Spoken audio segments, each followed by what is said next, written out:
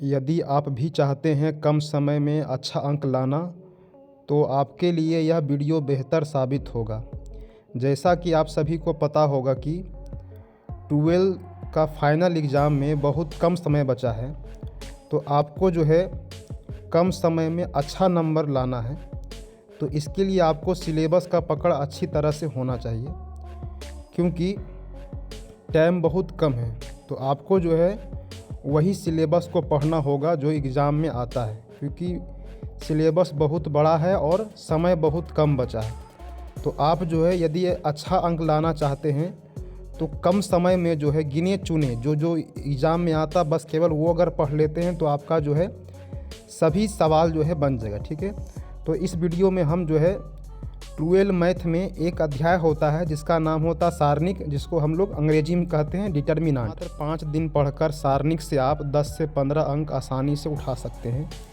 तो आपको सारणिक में क्या पढ़ना है और क्या नहीं पढ़ना है, यहाँ पे हम आप सभी को बताने वाले हैं। ठीक है, तो थोड़ा सा वीडियो को ध्यान से देखें, और यदि आप हमारे चैनल पे न्यू आए हैं तो चैनल को सब्सक्राइब कर लें, लाइक कर दें, शेयर कर दें। सबसे पहले आपको सारणिक में जो है सबसे पहला जो टॉपिक है वो ये पढ़ना है कि एक कोटि वाले सारणिक का जो है मान कैसे निकलता है। क्योंकि एग्ज़ाम में जो होता है इस पे सवाल हर साल पूछा ही जाता है कि एक कोटि वाले सारणिक का मान कैसे निकलता है। अगला जो 2 नंबर जो टॉपिक है इसका नाम है 2 कोटि वाले सारणिक का मान। 2 कोटि वाले सारणिक का मान कैसे निकलता है यही पूछा जाता है।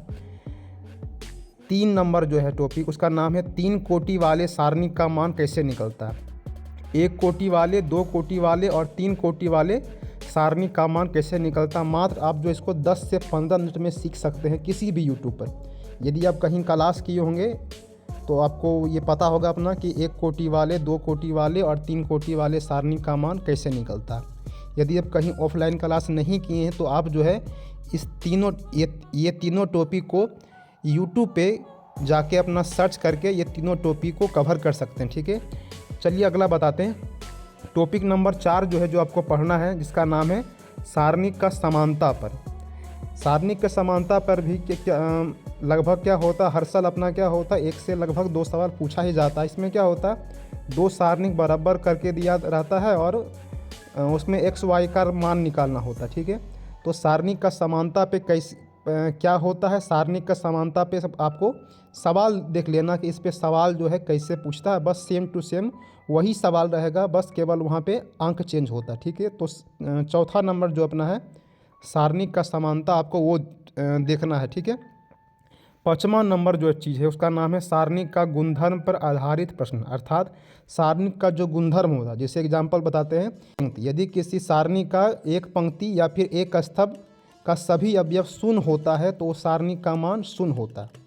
ठीक है, फिर यदि किसी सारणिक का 2 पंक्ति या फिर 2 स्तंभ के सभी अवयव समान होता है तो सारणिक का मान शून्य होता है।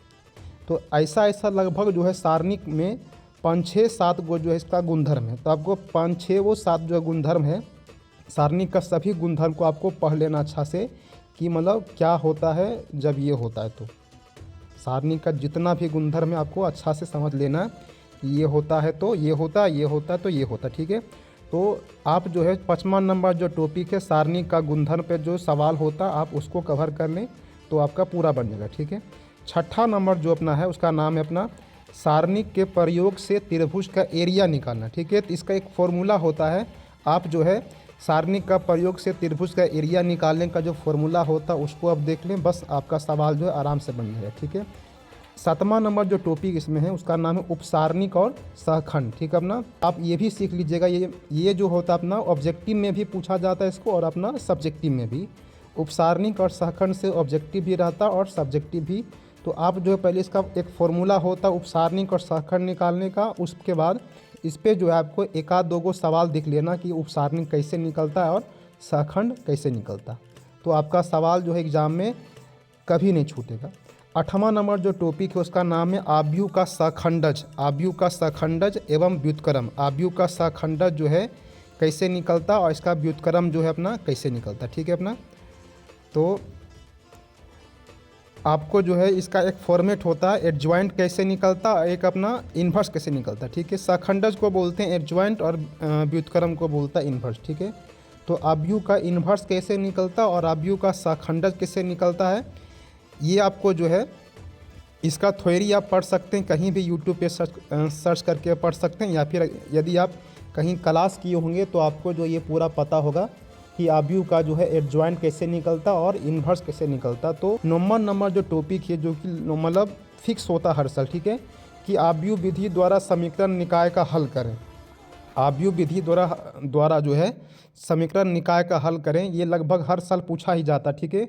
तो आप जो है ये भी सीख लीजिएगा कि आव्यूह विधि से इक्वेशन को कैसे हल किया जाता है। इतना करने के बाद, ये जो 9 टॉपिक है, इतना करने के बाद आपको जो है कुछ समय देना है अपना, 1 से लेकर 2 दिन में। वो यदि आपके पास समय है तो आप एनसीईआरटी को लगभग 1 दिन में पूरा कवर कर सकते हैं, और 1 दिन मात्र अपना क्वेश्चन बैंक जो है अपना पूरा कवर कर सकते हैं। मतलब कुल मिला के जो अपना 3 दिन आपको थ्योरी कवर करना है, और 1 दिन अपना एनसीईआरटी, 1 दिन अपना आपको क्वेश्चन बैंक, और अगर वही दिन टाइम मिलेगा तो आपको टारगेट या बिलियन में से कोई एक क्वेश्चन पेपर लेके अपना उसको सॉल्व कर सकते हैं। क्वेश्चन बैंक जो है अगर 1 दिन में अगर पूरा कर लेते हैं, सारणिक से जो भी सवाल पूछा है, चाहे ऑब्जेक्टिव हो चाहे सब्जेक्टिव हो, यदि आप क्वेश्चन बैंक को कवर कर लेते हैं और एनसीईआरटी बुक को कवर कर लेते हैं, तो आपका जो है लगभग 95% संभावना बनता कि सारणिक से एग्ज़ाम में जो है एक भी सवाल नहीं छूटे। यदि आपके मन में सवाल है कि सर हमारे पास वीडियो देखने का समय नहीं है, हम ये सभी टॉपिक को कहाँ से कवर करें, तो यदि आपके पास वीडियो देखने का समय नहीं है तो आप जो है हमारे इस नंबर पे आप जो है संपर्क कर सकते हैं। आपको जो है इस नंबर पे व्हाट्सएप पे ये सभी टॉपिक का डीपली वाइज परिभाषा, एग्जाम्पल प्लस हिसाब, इस पे हर टॉपिक पे इसका सूत्र मिल जाएगा, इसका परिभाषा मिल जाएगा, इसका थ्योरी मिल जाएगा। साथ ही साथ हर टॉपिक पे जो है इसका हिसाब जो है कम से कम 2-3 एग्जाम्पल के द्वारा जो है समझाया गया है, उसका एक पीडीएफ मेरे पास है। ये सभी टॉपिक का जो है मेरे पास एक पीडीएफ है। यदि आप पीडीएफ लेना चाहते हैं तो आप हमारे इस नंबर पे संपर्क करें, आपको जो है पीडीएफ वहाँ पे उपलब्ध करा दिया जाएगा, ठीक है। तो चलिए आज इतना ही रखते हैं, ठीक है, धन्यवाद।